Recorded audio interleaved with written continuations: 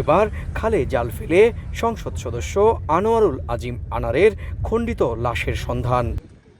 তৃতীয় দিন শনিবার কাশীপুর থানার বাগজোলা খালে অভিযান শুরু করে কলকাতা পুলিশের সিআইডি বিভাগ। দুর্যোগ ব্যবস্থাপনা বিভাগের দক্ষ দলের সমন্বয়ে প্রায় 1 কিলোমিটার এলাকা জুড়ে চলে তল্লাশি। পরিষ্কার করা হয় খালের কচুরিপানা, নেওয়া হয় স্থানীয় জেলেদের সহায়তা, নামানো হয় ডুবুরির দল। তবে দীর্ঘ কয়েক ঘন্টা উদ্ধার অভিযানে মেলেনি মৃতদেহের কোনো অস্তিত্ব।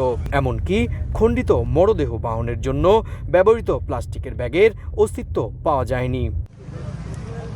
স্থানীয়রা বলছেন আশেপাশে তেমন কোনো বাড়িঘর না থাকায় রয়েছে কুকুর শিয়ালের দৌরাত্ম্য ছাড়া খালের স্রোত থাকায় মরদেহের খণ্ডিত অংশ খুঁজে পাওয়া শিয়ালের চাপে কানে মনে তো হচ্ছে না পাওয়া যাবে। বাচ্চা কাচ্চা এখানে সব খেলাধুলো করতো, আর তো আসতে পারবে না। মাদ্রাসার বাচ্চারা ভয় পেয়ে চলে গিয়েছে, এখানে ফাঁকা জায়গা, ওনারা ভয় পাচ্ছে, থাকতে চাচ্ছে না।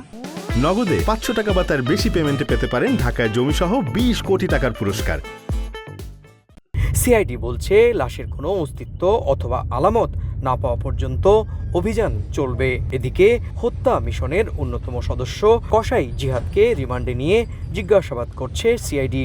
রহস্য উদ্ঘাটনে সব ধরনের চেষ্টা চালিয়ে যাওয়ার কথা জানিয়েছেন গোয়েন্দা কর্মকর্তারা। হত্যার ঘটনাস্থল থেকে সংগ্রহ করা আলামত ইতিমধ্যেই ফরেনসিক পরীক্ষার জন্য পাঠানো হয়েছে।